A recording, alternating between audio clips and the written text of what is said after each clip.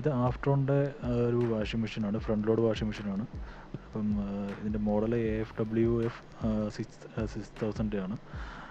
അപ്പം ഇതിനകത്ത് ഇപ്പം എന്ന് പറഞ്ഞാൽ നമ്മൾ വാഷ് ചെയ്തെടുക്കുമ്പോൾ ഒരു സ്മെല്ലുണ്ട്. അതായത് നമ്മുടെ തുണിക്കൊക്കെ ഒരു സ്മെല്ലുണ്ട്.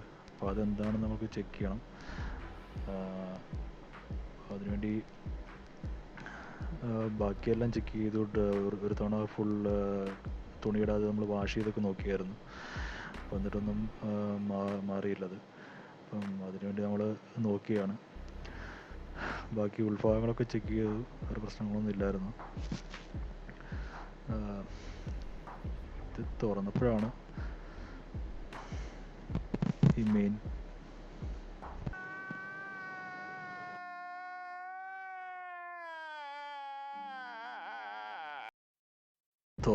കണ്ടത് ഇത്ര അഴുക്കുള്ളൂ. ഫുള്ള് പണി ചെയ്യേണ്ടി വരും ഇതിൽ. അപ്പം ഇത് ക്ലീൻ ചെയ്യണമെങ്കിൽ ആദ്യം ഈ വാഷർ നമുക്ക് ഇത് ഊരിയെടുക്കേണ്ടി വരും. അത് ആദ്യമായിട്ടാണ് വാഷിംഗ് മെഷീനൊക്കെ ഇത് ഇങ്ങനെ നോക്കുന്നത് തന്നെ. അപ്പം ഇതിൻ്റെ ഇതൊരു ലോക്കോ എന്തെങ്കിലും കാണും ഈ വാഷറിനകത്ത്. അപ്പോൾ അത് ആദ്യം കണ്ടുപിടിക്കണം.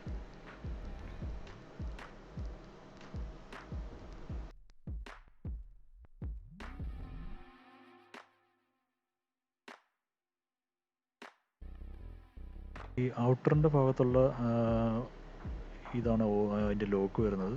അപ്പോൾ അതിന് എന്തെങ്കിലും ഒരു ക്ലിപ്പ് ടൈപ്പ് എന്തെങ്കിലും കാണും. അപ്പോൾ അത് കണ്ടുപിടിക്കണം. അല്ലാതെ ഇത് ഒരിടത്ത് ചിലപ്പം ഈ വാഷർ പൊട്ടിപ്പോകാൻ ചാൻസ് ഉണ്ട്. അപ്പോൾ ഇതാണ് അതിൻ്റെ ലോക്ക്, സ്പ്രിങ് ആണ്. അപ്പോൾ അവിടുന്ന് ഒന്നിനും ലോക്ക് ഊരി ആ സ്പ്രിങ് ഊരി എടുക്കണം, അല്ലെങ്കിൽ ഒന്ന് വലിച്ചു നോക്കി ചിലപ്പോൾ അത് ഊരി വരാൻ ചാൻസ് ഉണ്ട്.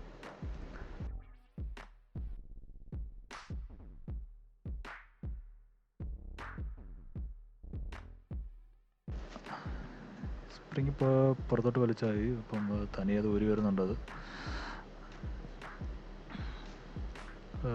അത്ര ടൈറ്റ് അല്ലത്. പിന്നെയും അകത്തുള്ള ഒരു ലോക്ക് സെയിം ഒരു ലോക്ക് കാണും. അപ്പോൾ അതും കൂടെ നമുക്ക് ഊരിയെടുക്കേണ്ടി വരും. അത് അകത്തെ ആ ഒരു ഫിറ്റിങ് വരത്തില്ല. ഇതെല്ലാം ഈ ഒരു ഓറിങ് എന്ന് പറഞ്ഞാൽ ഫുൾ ഒറ്റ സെറ്റാണത്. അപ്പോൾ നമുക്ക് ഒരുമിച്ചപ്പോൾ അത് ഊരിയെടുക്കേണ്ടി വരും.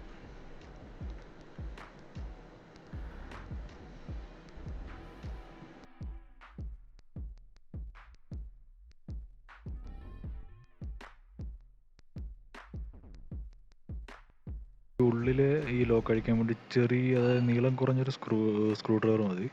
അതുകൊണ്ടാലേ അത് അഴിക്കാൻ പറ്റത്തുള്ളൂ. ഇത് കുറച്ചൊരു എളുപ്പം അഴിക്കാൻ പറ്റുന്നത് ടോപ്പ് കവർ അഴിച്ചു കഴിഞ്ഞാൽ നമുക്ക് ഈ ലോക്ക് കാണാൻ പറ്റും. ഇതിപ്പം മുകളിലാകാൻ വഴിയുള്ളൂ.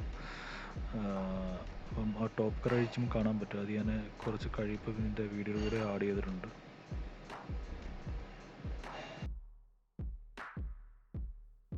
ഇതാണ് അകത്തെ ലോക്ക്. അപ്പം അത് ഊരിയെടുത്തിട്ടുണ്ട്. അത് സ്ക്രൂ ടൈപ്പാണത്.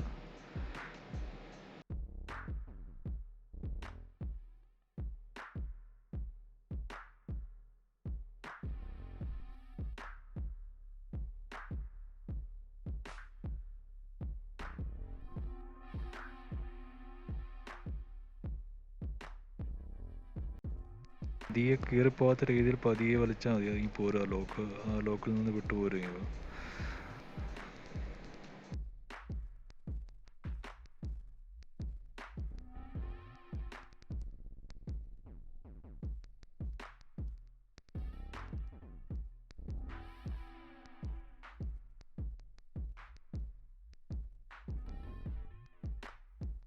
തന്നെ നല്ലതായിട്ട് ഇത് ഓപ്പൺ ആയിട്ടുള്ള എന്തെങ്കിലും സ്ഥലത്ത് കൊണ്ട് വെച്ച് ക്ലീൻ ചെയ്യാനായിരിക്കും നല്ലത്. അതിൻ്റെ എല്ലാ മടക്കുകളിലെല്ലാം അഴുക്ക് കാണും. അപ്പം അത് ശരിക്കും വെള്ളമടിച്ച് ആദ്യം ക്ലീൻ ചെയ്ത് കളഞ്ഞിട്ട് പിന്നെ സോപ്പൊക്കെ ഇട്ട്, സോപ്പ് പൊടിയോ അങ്ങനെ എന്തെങ്കിലുമൊക്കെ ഇട്ട് കഴുകിയെടുത്താൽ മതി. ക്ലീൻ ചെയ്തെടുത്താൽ ബ്രഷ് വെച്ച് നല്ലപോലെ ക്ലീൻ ചെയ്യണം അത്.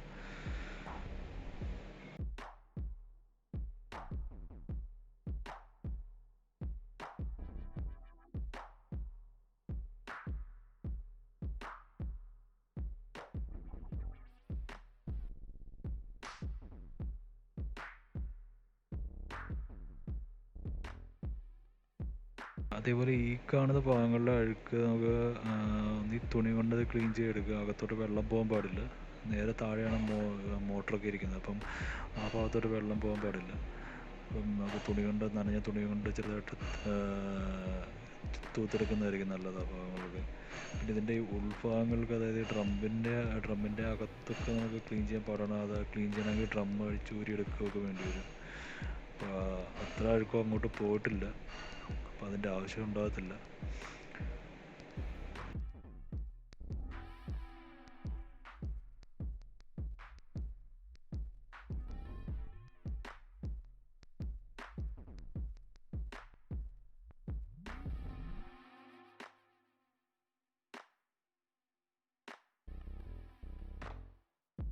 ഉൾഭാഗങ്ങളിലൊക്കെ നല്ലപോലെ ഷാർപ്പായിട്ടുള്ള ഭാഗങ്ങളുണ്ട്. അപ്പോൾ അത് അങ്ങനെ കൈയോ കാര്യങ്ങളൊക്കെ സൂക്ഷിച്ച് വേണം ക്ലീൻ ചെയ്യാൻ. ഒക്കെ നല്ല ഗ്ലൗസോ അങ്ങനെ എന്തെങ്കിലുമൊക്കെ ഇട്ട് ക്ലീൻ ചെയ്യുന്നതായിരിക്കും നല്ലത്.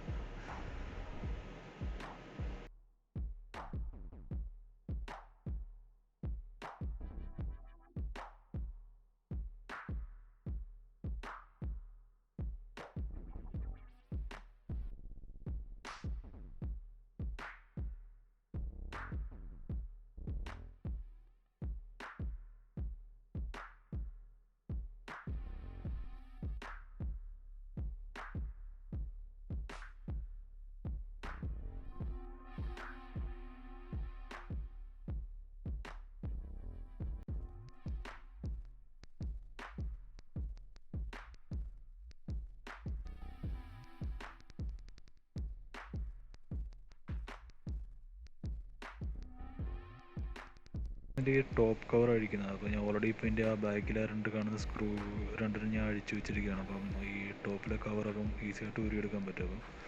അപ്പം പുറകോട്ടൊരു ലോക്കാണ്, പുറകോട്ടൊന്ന് നീക്കിയിട്ട് പൊക്കിയാൽ മതി. ലോക്ക് മാറി ഊരി പോരും അത്.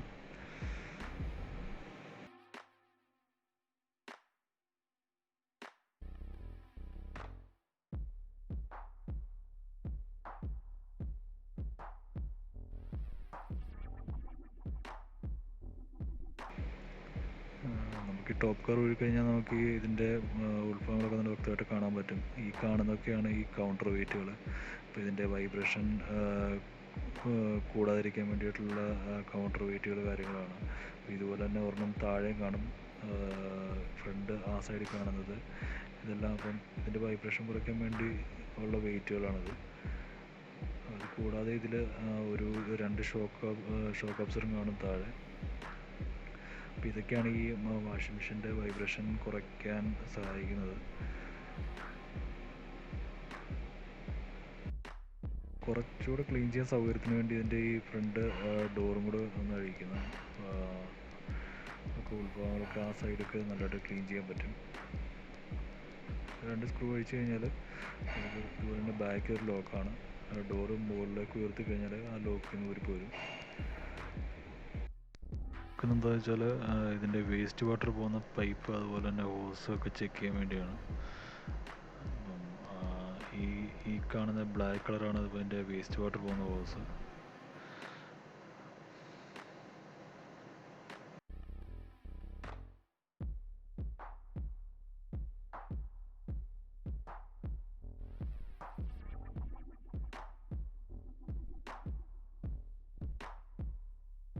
ഷോക്ക് ഓബ്സറുകൾ എന്ന് പറഞ്ഞാൽ 2 സൈഡിലും ഓരോ ഷോക്ക് ഓബ്സർ ഉണ്ട്. അപ്പം അതൊന്ന്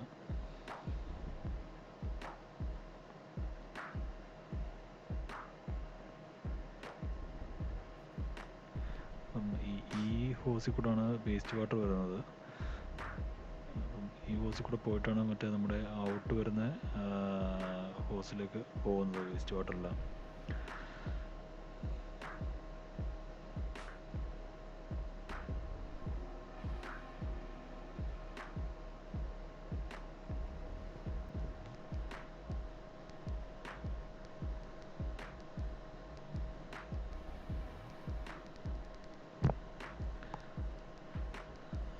ഞാനിപ്പോൾ ഇത് അഴിക്കാൻ നോക്കി ഈ ഹോസ്, പക്ഷേ പറ്റുന്നില്ല. അത് സ്ക്രൂ ഡ്രൈവർ, അതിലും ചെറിയ സ്ക്രൂ ഡ്രൈവർ ഉണ്ടെങ്കിൽ അത് അഴിക്കാൻ പറ്റത്തുള്ളൂ.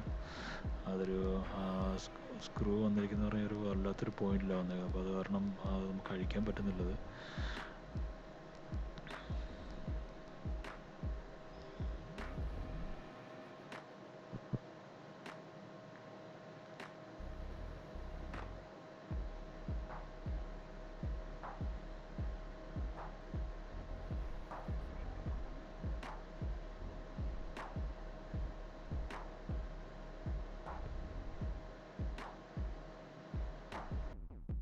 ആ കണ്ടതിൻ്റെ ഫ്രണ്ട് ആ കണ്ട ഹോസിൻ്റെ ഫ്രണ്ട് ഭാഗം നമുക്ക് അഴിക്കാൻ പറ്റും. അവിടെ ഒരു ചെറിയൊരു ഫിൽറ്റർ പോലൊരു ഏരിയ ഉണ്ട്, അപ്പോൾ അതഴിക്കാൻ പറ്റും. അപ്പോൾ ഈ കാണുന്ന 3 ലോക്ക് എടുത്ത് വിട്ട് കഴിഞ്ഞാൽ ഫ്രണ്ടിലെ കവർ ഊരി വരും.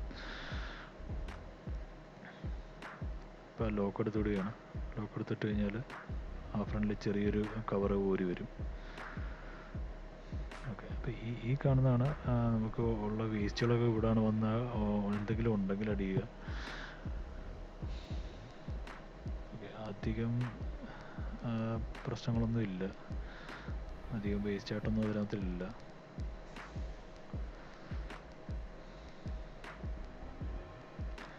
എൻ്റെ ഫ്രണ്ട് വാഷറിനെ അപേക്ഷിച്ച് ഇതിനകത്തിൽ ഒട്ടും വേസ്റ്റ് ഇല്ല.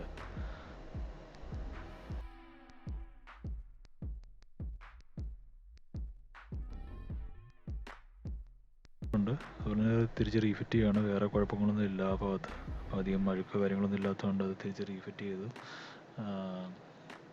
പിന്നെ അതിൻ്റെ കവർ അതുപോലെ തന്നെ അഴിച്ച പോലെ തന്നെ നമ്മൾ തിരിച്ച് ലോക്കിലേക്ക് ഇട്ട് സെറ്റ് ചെയ്താൽ മതി. അത് തന്നെ ലോക്ക് ആയിക്കോളും. അത്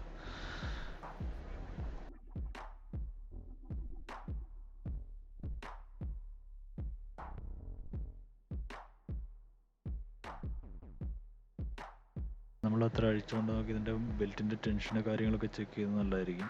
കാരണം എന്ന് വെച്ചാൽ ബെൽറ്റ് ലൂസാണെങ്കിൽ പവർ ലോസൊക്കെ വരാൻ ചാൻസ് ഉണ്ട്. അതുപോലെ തന്നെ ഇലക്ട്രിക്കൽ ചാർജും കൂടും സ്ലിപ്പാണെങ്കിൽ. അപ്പോൾ അതൊന്ന് ചെക്ക് ചെയ്യുന്നത് നല്ലതായിരിക്കും. അതിന് തിരിച്ച് പിടിപ്പിക്കുന്ന കാര്യമാണ്. ഏകദേശം ഞാനൊരു അരമണിക്കൂർ എടുത്തത് തിരിച്ച് റീസെറ്റ് ചെയ്യാൻ.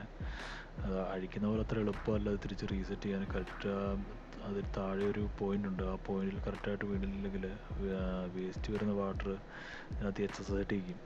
അപ്പോൾ അത് കറക്റ്റ് രണ്ട് ഹോളും നോക്കി കറക്റ്റായിട്ട് പിടിപ്പിക്കുക. അതുപോലെ തന്നെ ഇതിൻ്റെ ഈ ബ്ലീഡിങ്ങിൻ്റെ ലോക്ക് കാര്യങ്ങളൊക്കെ വീഴാൻ ഇച്ചിരി പാടാണ്.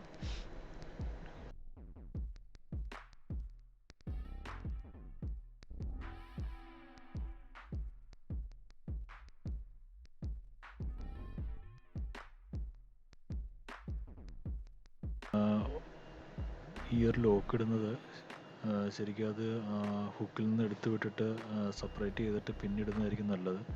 ഞാൻ ആദ്യം അത് എടുക്കാതാണ് ഇടാൻ നോക്കിയത്, പറ്റിയില്ല, നല്ല പാടാണ്. ലോക്കിൽ നിന്ന് എടുത്ത് വിട്ടിട്ട് രണ്ടായിട്ട് ഇടുന്നതായിരിക്കും നല്ലത്. പിടിച്ചിടണമെങ്കിൽ നല്ല ടെൻഷനുള്ളതുകൊണ്ട് നല്ല പാടാണ്.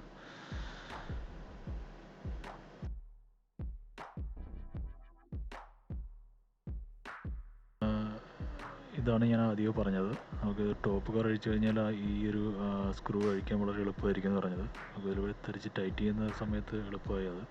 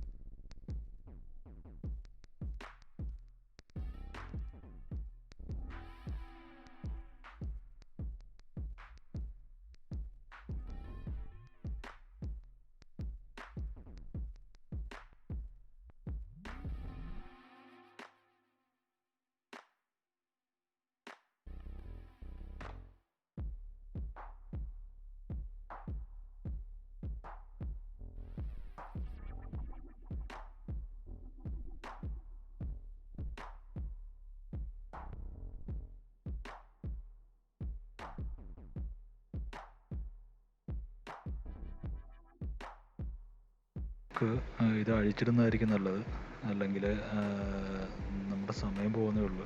അഴിച്ചിടുവാണെങ്കിൽ എളുപ്പം കുറച്ച് ബലം പിടിക്കണമെന്നേ ഉള്ളൂ, പിന്നെ എളുപ്പം അത് വീണോളൂ. അത്